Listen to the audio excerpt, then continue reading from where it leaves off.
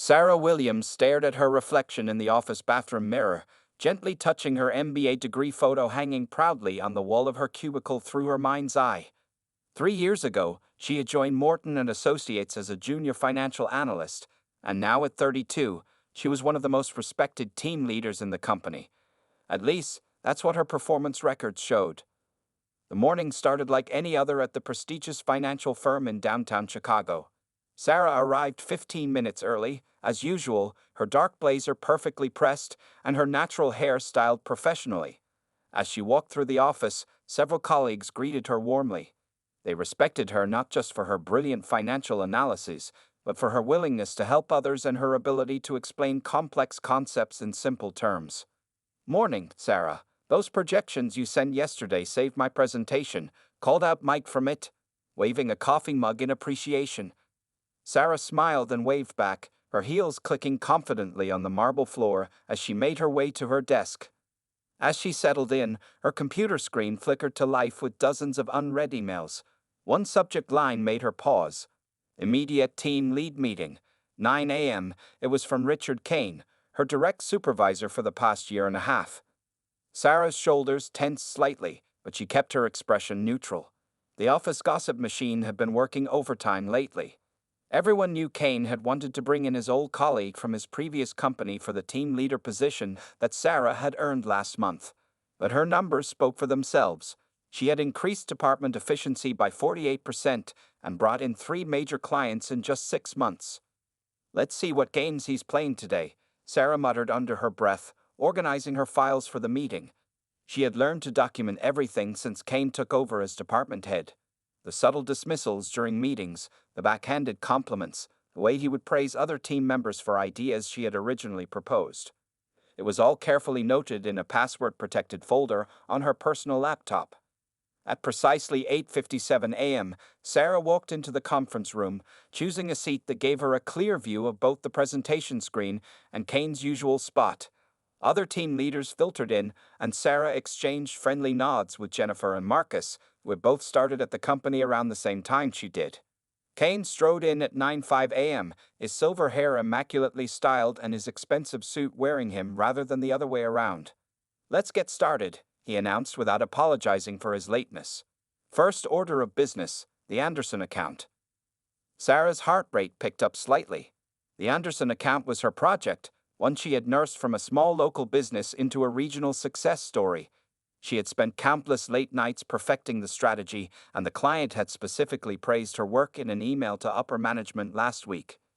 "The Anderson portfolio has shown remarkable growth this quarter," Kane continued, clicking through his presentation. "Thanks to our innovative strategy."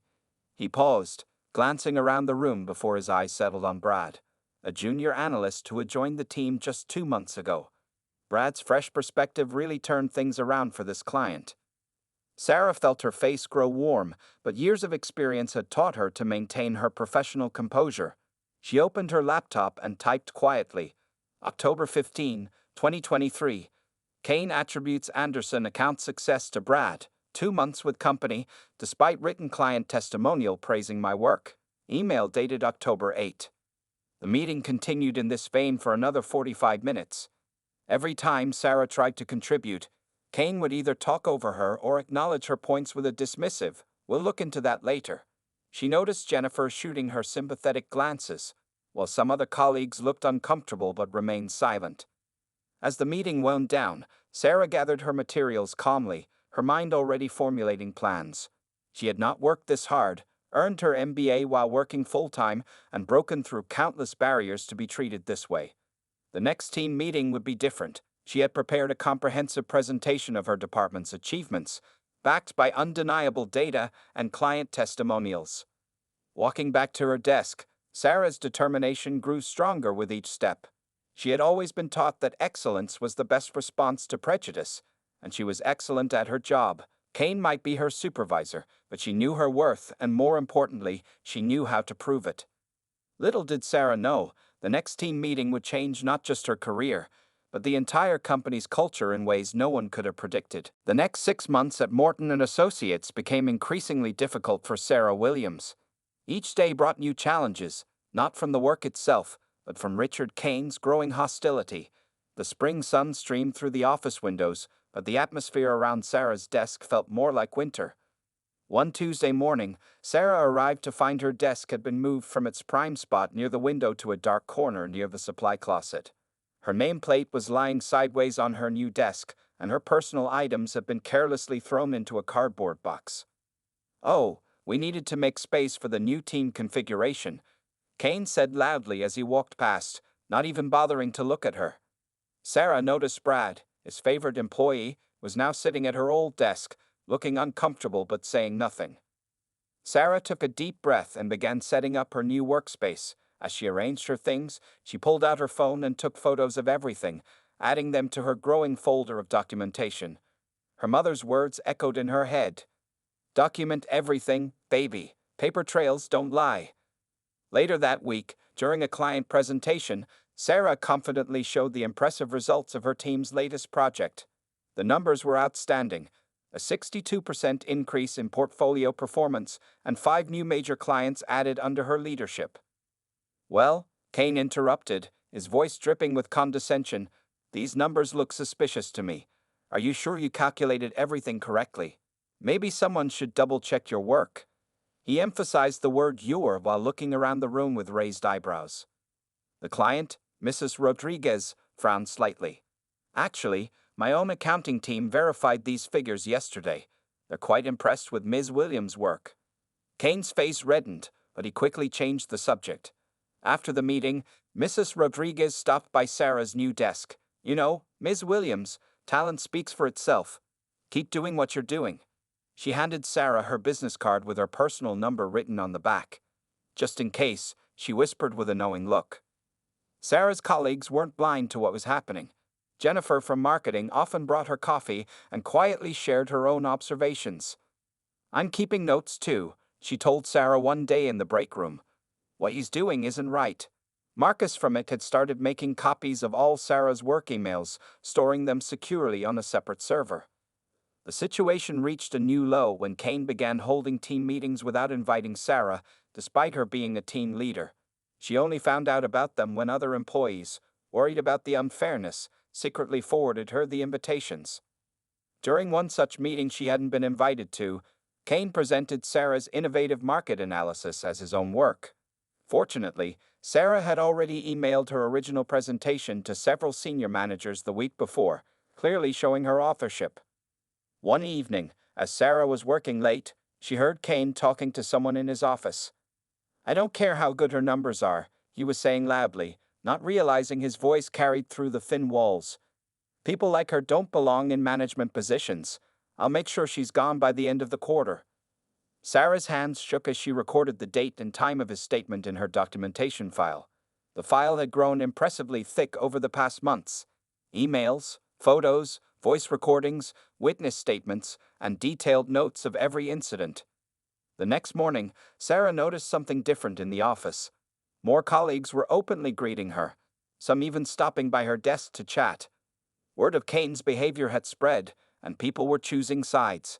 Several team members began openly questioning Kane's decisions in meetings, especially when they involved Sarah's work.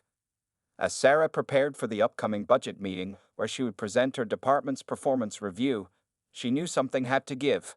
Her presentation was bulletproof, filled with undeniable facts, figures, and client testimonials. She had backup copies stored in 3 different locations and had already shared the preview with several senior board members. What Sarah didn't know was that Kane had been drinking in his office that morning, his frustration at losing control of the situation pushing him closer to the edge.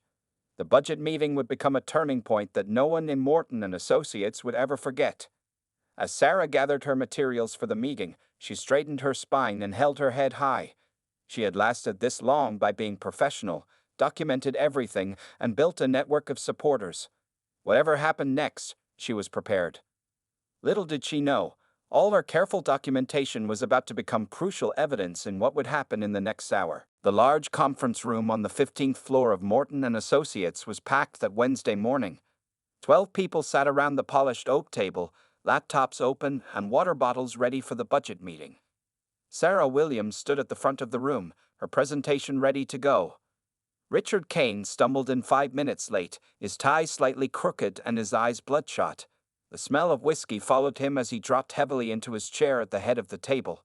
Several people exchanged worried glances, but no one said anything. "Let's get this over with," Kane muttered, waving his hand at Sarah. She could see a slight tremor in his fingers as he reached for his water glass. Sarah began her presentation confidently. "Over the past 6 months, our department has shown exceptional growth," she said, clicking to her first slide. The screen displayed clear charts showing a 75% increase in client satisfaction and a 50% rise in revenue. "These results," Sarah continued, "come directly from our team's hard work and new strategies we implemented in March."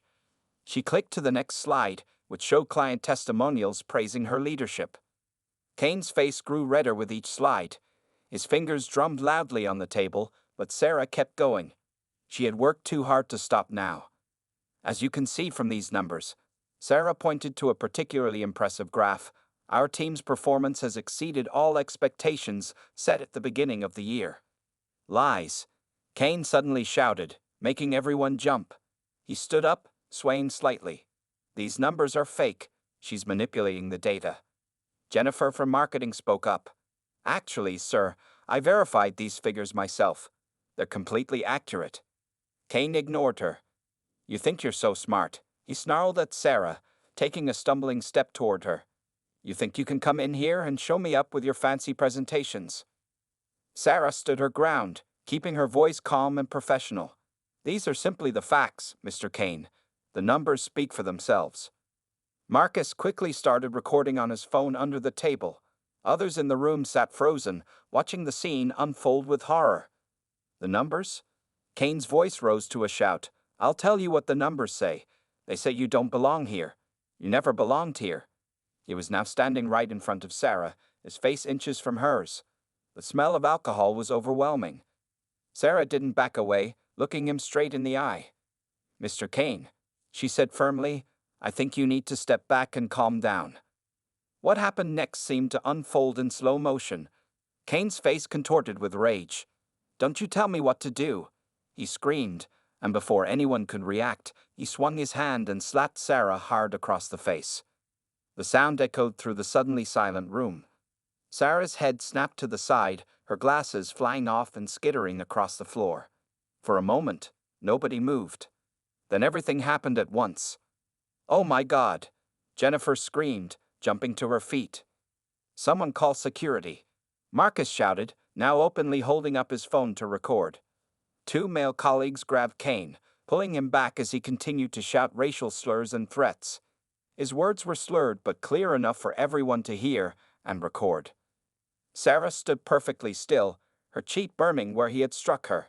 She slowly turned her head back to face Kane, her eyes never leaving his face. Without saying a word, she calmly picked up her phone and dialed 911. "This is Sarah Williams at Morton and Associates," she said clearly into the phone. "I'd like to report an assault." Her voice was steady, though her hands were shaking. "Yes, I'll hold." Security guards burst into the room, quickly taking control of Kane, who was still struggling and shouting. More people had gathered outside the conference room, drawn by the commotion. Sarah touched her cheek gently, knowing it would bruise. But as she looked around the room at her horrified colleagues, their phones and laptops recording everything, she knew this was the moment that would change everything. Within minutes, police officers arrived at the building. As they led Kane away in handcuffs, he was still shouting threats and slurs, digging his grave deeper with every word. Sarah sat in a chair, holding an ice pack to her face as she gave her statement to the police. Her phone buzzed continuously with messages from concerned colleagues and news reporters who had somehow already heard about the incident. This was just the beginning of what would become the biggest scandal in Morton and Associates history, and Sarah knew exactly what she needed to do next. The hours following the assault moved at lightning speed.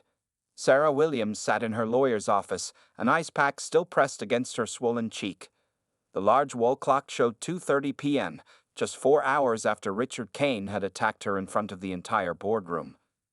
"We have everything we need for a solid case," said attorney Maria Rodriguez, spreading out papers on her desk. She had rushed to meet Sarah as soon as she got the call. "The witnesses, the videos, your documentation, it's all perfect." Sarah's phone hadn't stopped buzzing since the incident. News traveled fast in the financial world, and by lunchtime, every major business news website had picked up the story. Headlines flashed across her screen. Executive assaults employee in racist attack, and Morton and Associates face major scandal. Back at the office, things were chaotic. Human resources had called an emergency meeting, and employees were giving statements one after another. Jennifer from marketing had already sent Sarah copies of her phone recordings and a detailed written account of what she had witnessed. "I've worked here for 7 years," Jennifer told the HR director, her voice shaking with anger. "Kane's behavior has been getting worse for months. We all saw it coming, but nobody in management did anything to stop it." Marcus from it had done more than just record the incident. He had already backed up months of emails and meeting recordings showing Kane's pattern of discrimination. "I kept copies of everything," he told Sarah over the phone. "Even the security footage from today. I made sure it was saved before anyone could delete it." The CEO of Morton and Associates, Thomas Morton himself, had called Sarah personally. "Ms. Williams," he had said, his voice grave, "I want to assure you that we're taking this extremely seriously. Kane has been immediately suspended, and we're launching a full investigation." Sarah knew the call was probably recorded and planned by their legal team, but she remained professional. "Thank you, Mr. Morton. I'll be letting my lawyers handle all communication from this point forward." Around 4 p.m., Sarah's parents arrived at the lawyer's office. Her mother rushed to hug her, tears in her eyes as she saw the bruise forming on her daughter's face. "Baby, we told you to be careful," her mother whispered, holding Sarah tight. "But you did everything right. You documented everything, just like we taught you." Her father stood quietly by the door, his fists clenched. A former civil rights activist, he had seen this kind of discrimination before. "The difference now," he said firmly, "is that we have it all on video. They can't sweep this under the rug." Sarah's lawyer was already preparing the lawsuit. "We're not just going after Kane," Maria had explained, showing Sarah the draft. "The company had multiple complaints about his behavior and did nothing. They're equally responsible." By early evening, Sarah's story had gone viral on social media. #JusticeForSarah was trending, and hundreds of people were sharing their own stories of workplace discrimination. Civil rights organizations had reached out offering support, and several major news networks wanted interviews. But Sarah stayed focused on the legal process. She sat with Maria, carefully going through her documentation folder. 3 years of detailed notes, emails, and recordings painted a clear picture of escalating discrimination and harassment. "Look at this email from last March," Sarah pointed out. "Kane directly says he's moving my office because certain people shouldn't have window views. I forwarded it to HR, but they never responded." Maria nodded, adding it to their evidence file. "And here's the performance review where he downgraded your ratings right after you won the Anderson account. The timing is perfect for showing retaliation." As night fell, Sarah finally headed home, escorted by security guards the company had hired. Her phone showed 47 missed calls and hundreds of messages, but she only responded to one, a group text from her team members expressing their support. "Thank you all," she wrote simply. "Let's make sure this never happens to anyone else."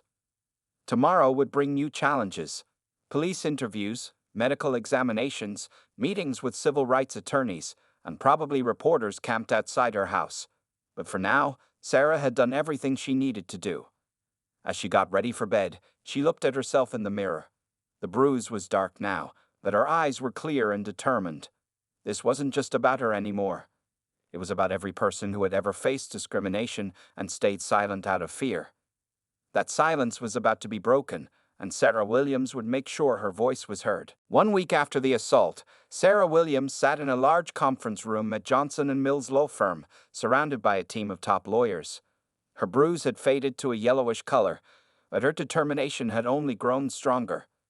"We've received 17 emails from other employees at Morton and Associates," Maria Rodriguez, her lead attorney, announced. "All of them reporting similar discrimination from Kane. 5 of them are willing to testify." Sarah nodded, reviewing the thick stack of papers in front of her. The case had grown much bigger than just her assault. It had opened a door that couldn't be closed. "Look at this," Jennifer said, pointing to her laptop screen. She had taken a leave of absence to help gather evidence. Kane denied promotions to 3 black employees in the last year alone. All of them were more qualified than the people he chose instead. The company's response so far had been predictable. They had fired Kane immediately after the incident, hoping to distance themselves from the scandal. They had also offered Sarah a large settlement, on the condition that she sign a non-disclosure agreement. "They're offering $2 million, Maria said, sliding the paperwork across the table. "But you won't be able to talk about what happened, ever." Sarah picked up the offer letter and then slowly tore it in half. "This isn't about money," she said firmly. "This is about changing the system." Her decision made headlines the next day. Assault victim rejects $1 million settlement, demands corporate change instead. The civil rights organizations that had reached out were now fully involved. The National Association for Workplace Equality had assigned 2 investigators to help build the case. They discovered a pattern of discrimination at Morton and Associates going back nearly a decade. "Your case is just the tip of the iceberg," explained Dr. James Carter, one of the investigators. "We found 27 complaints buried in old HR files. All of them were ignored or dismissed." Sarah's parents had turned their dining room into a command center. Her father used his old civil rights contacts to organize peaceful protests outside Morton and Associates offices across the country. Her mother handled the growing media interest, making sure Sarah's story was told accurately. "Channel 7 wants to do an exclusive interview," her mother said one evening. "But only if you're ready, baby." Sarah agreed to do the interview, but with one condition: other victims of workplace discrimination would be included too. The resulting hour-long special, titled "Breaking the Silence," became the most watched program in its time slot. Marcus from it had been busy too. He had created a secure website where employees could anonymously report discrimination. Within 2 weeks, they received over 100 reports from different companies. "It's not just Morton and Associates," he told Sarah. "This is happening everywhere. But people are finally speaking up."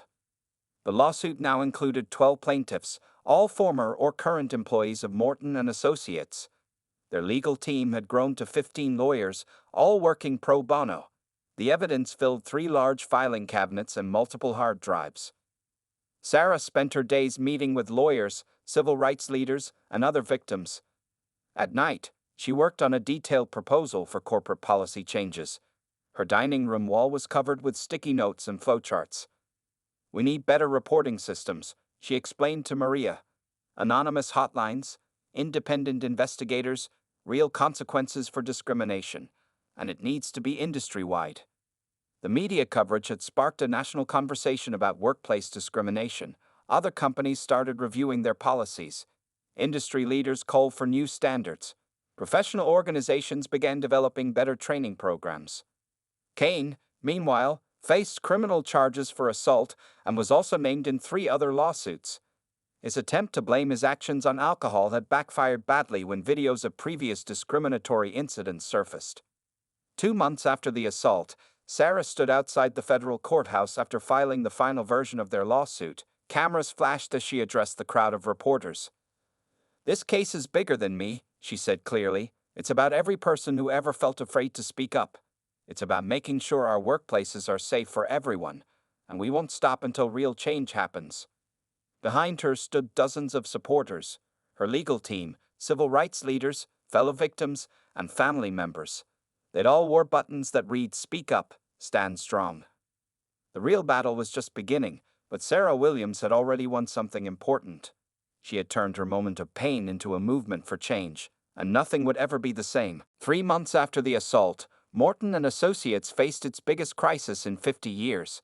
The company's sleek glass headquarters buzzed with nervous energy as the board of directors called an emergency meeting that would last 14 hours. Inside the main boardroom, Sarah's legal team presented evidence that made the directors' faces grow pale. Hundreds of discriminatory incidents, buried complaints, and illegal practices filled the screens around them. "This isn't just about Richard Kane," Maria Rodriguez declared, standing confidently at the front of the room. "Your entire system is broken, and we can prove it." The evidence was overwhelming. 89 ignored discrimination complaints. 43 qualified minorities passed over for promotions. 27 cases of salary discrimination. 12 former employees ready to testify. Thomas Morton, the CEO, removed his glasses, and rubbed his tired eyes. His company's reputation was in shambles. The stock price had dropped 30% since Sarah's assault went viral. Major clients were threatening to leave. "What are your demands?" he finally asked, his voice heavy with defeat. Sarah stepped forward. She wore a crisp blue suit and carried a thick folder labeled Corporate Reform Plan. The same room where Kane had struck her would now become the place where she changed everything. "We want complete reform," Sarah said, her voice firm. "New policies, new training, new leadership, and a $50 million fund for victims of discrimination." As she outlined her plan, heads began nodding around the table. Her proposals were detailed and practical. Independent diversity board with real power. Transparent promotion systems. Monthly discrimination audits. Mandatory bias training. Anonymous reporting system. Protection for whistleblowers. In the company cafeteria, employees gathered around TVs watching the news. Many had their phones out, recording history in the making. Jennifer and Marcus led a group that had printed "Stand with Sarah" t-shirts, which half the office now wore. "Breaking news," the TV anchor announced. "Morton and Associates agrees to historic anti-discrimination settlement." The settlement was just the beginning. The board launched a full investigation that spread through every department like wildfire. By the end of the week, 3 senior executives had resigned. HR directors were fired. Middle managers were suspended. Sarah's documentation system became the new company standard. Every meeting had to be recorded. Every promotion decision needed clear justification. Every complaint required immediate investigation. "It's like watching a revolution," Jennifer told Sarah over coffee. "People who were afraid to speak up last month are now leading department meetings." The changes weren't easy. Some old guard executives resisted. Others complained about too much oversight. But the numbers didn't lie. Within weeks, employee satisfaction scores began rising. Productivity improved. New clients, attracted by the company's commitment to change, signed contracts. One sunny morning, Sarah walked through the office and saw something that made her stop. The old Employee of the Month wall had been replaced with a new display: "Speak up, stand strong, report discrimination." Below it was a secure tablet where employees could file anonymous reports. Marcus proudly showed her the new reporting system he'd designed. "It sends complaints directly to the independent review board," he explained. "No one can bury them anymore." The company's transformation made national news. Other corporations, fearing similar scandals, began calling Morton and Associates to learn about their new policies. Sarah's reform plan became a model for the entire industry. Richard Kane's criminal trial was set to begin soon, but he had bigger problems. 3 other companies where he'd previously worked had launched investigations after former employees came forward. His career was over. Late one evening, as Sarah packed up her new office, now with a window view, she found an old photo of herself from her first day at Morton and Associates. She smiled, remembering how nervous she'd been, how careful to fit in. Her phone buzzed with a message from her mother. "Baby, I just saw you on the cover of Business Week. Article calls you the woman who changed corporate America." Sarah placed the old photo on her wall, right next to the magazine cover. Both showed the same person, but the woman in the recent photo stood taller, smiled more confidently, and knew her worth. As she left the office that evening, she passed a group of new employees in training. They were watching a video about workplace discrimination. On the screen was Sarah's story, now part of the mandatory corporate training program nationwide. The company's transformation wasn't complete, but something fundamental had shifted. Fear had been replaced with courage, silence with voices, and discrimination with accountability. And it all started because one woman refused to back down. 6 months after the assault, Sarah Williams stood in the crowded courthouse, her heart beating steadily as the judge prepared to announce Richard Kane's sentence. The room was packed with reporters, supporters, and other victims who had come forward. Kane sat at the defendant's table, looking much older than he had 6 months ago. His expensive suits were replaced by a plain dark jacket, and his once proud posture was now slumped. His legal troubles had multiplied since the assault. 3 other companies had filed lawsuits against him, and his wife had filed for divorce after seeing the viral video of his racist outburst. "All rise," the bailiff called out. Judge Patricia Martinez, known for her tough stance on workplace violence, took her seat. In the case of State versus Richard Kane, Judge Martinez began, her voice clear and stern. This court has considered all evidence, including the video footage, witness testimonies, and the defendant's history of discriminatory behavior. Sarah felt her mother squeeze her hand. Jennifer and Marcus sat right behind her, along with 20 other Morton and Associates employees who had taken the day off to be there. Mr. Kane, the judge continued, your actions were not just an assault. They were a hate crime in a professional setting. You abused your power, violated trust, and showed no remorse until you faced consequences. Kane stared at the floor as the judge listed his crimes. The security footage of the assault had been played during the trial, along with dozens of other videos showing his discriminatory behavior over the years. The court sentences you to 18 months in prison, Judge Martinez announced firmly. Additionally, you are barred from holding any management position in any financial institution for life. A wave of whispers swept through the courtroom. Kane's shoulders sagged even further as officers approached to take him into custody. As they led him past Sarah's row, he finally looked up, meeting her eyes for the first time since the assault. Sarah's gaze was steady, showing neither anger nor satisfaction. She had moved beyond personal revenge. This was about justice and change. Outside the courthouse, reporters crowded around Sarah and her legal team. This isn't just about one man's punishment, Sarah stated clearly. It's about changing a system that allowed this behavior to continue for years. The civil case against Morton and Associates had already been settled for a record amount. The company had agreed to pay $50 million into a fund for victims of workplace discrimination, plus another $30 million for corporate reform programs. But the money wasn't the biggest victory. The settlement included mandatory changes that were already reshaping the industry. New federal guidelines for workplace discrimination prevention, required bias training for all management positions, independent oversight committees, protected channels for reporting discrimination, regular audits of promotion and pay practices. Back at Morton and Associates, the changes were dramatic. The company had appointed its first black woman as CEO, started a mentorship program for minority employees, and created a zero-tolerance policy for discrimination. Sarah's phone buzzed with a message from the new CEO. The board meeting starts in an hour. We need our new chief of corporate culture there.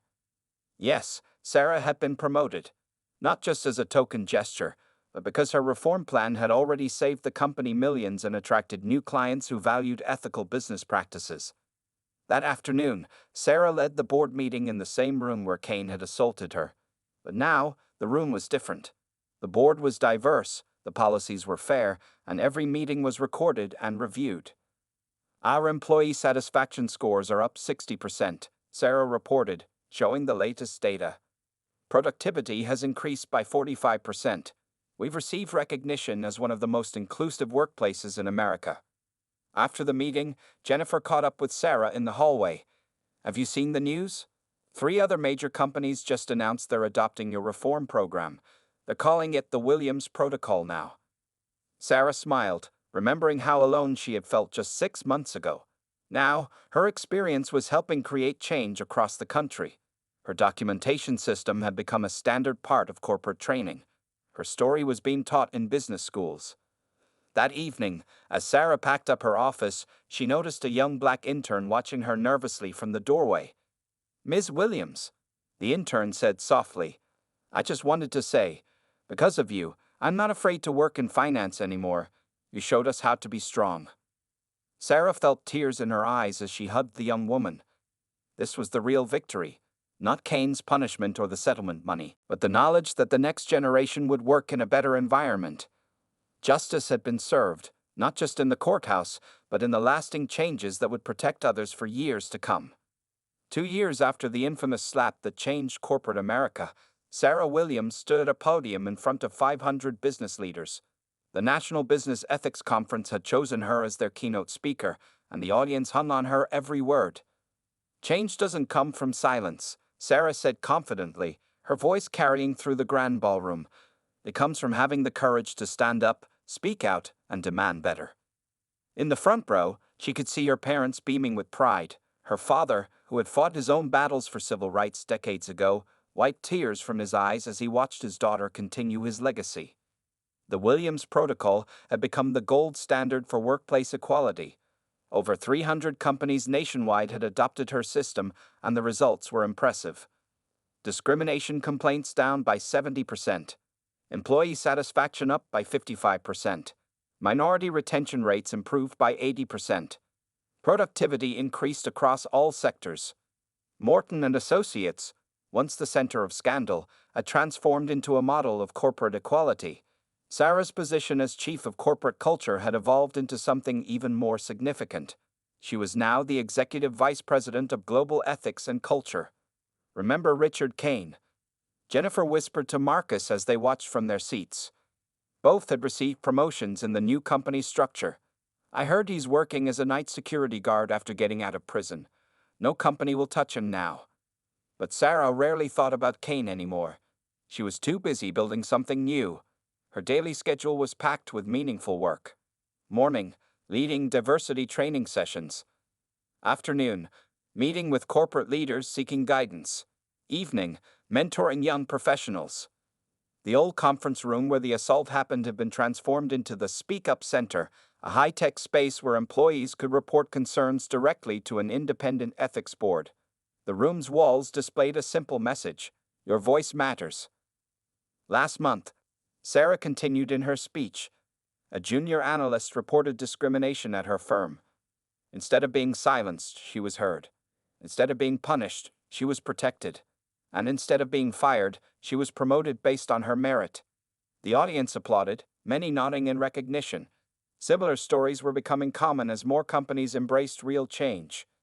Sarah's phone buzzed quietly, another message from a major tech company wanting to implement her protocol. Her book, Standing Strong, A Guide to Corporate Change, had become required reading in business schools across the country. After the speech, a group of young professionals surrounded Sarah. Their eyes shone with admiration and hope. "Ms. Williams," a young black woman said, "I start my first corporate job next month. Thanks to you, I know my rights. I know how to document everything. I know I'm not alone." Sarah hugged her, remembering her own first days in the corporate world. "Just remember," she said warmly, "your excellence is your power. Never let anyone dim your light." Later that evening, Sarah attended a special ceremony at Morton and Associates. The company was unveiling a new initiative, the Sarah Williams Scholarship Fund, providing full college scholarships to minority students pursuing business degrees. As she cut the ribbon, Sarah looked around the room. The faces looking back at her represented every race, gender, and background. The old guard of angry white men who had once dominated the industry was giving way to true diversity. Her mother approached with tears in her eyes, holding up a magazine. The cover showed Sarah's photo with the headline, "The Woman Who Reformed Corporate America. How One Moment of Courage Changed Everything." "Baby," her mother said softly, "you didn't just stand up for yourself. You stood up for everyone who ever felt powerless. You made the business world better for generations to come." Sarah smiled, remembering the scared young analyst she had once been, carefully documenting every slight and insult. That documentation had become ammunition for change, and that change had become a movement. As she drove home that night, Sarah passed the old Morton and Associates building. The company logo now shared space with a new slogan, "Leading with Equality, Growing Through Diversity." Her phone lit up with one last message for the day. The Senate was considering the Corporate Equality Act, inspired by her story and supported by business leaders nationwide. Real, lasting change was happening at every level. Sarah Williams had turned a moment of pain into a lifetime of purpose. Her story wasn't just about standing up to one racist boss. It was about standing up for a better future, where every voice could be heard and every person could work without fear. The slap that was meant to put her in her place had instead moved an entire industry forward, proving that sometimes the worst moments can lead to the best changes. And Sarah Williams was just getting started.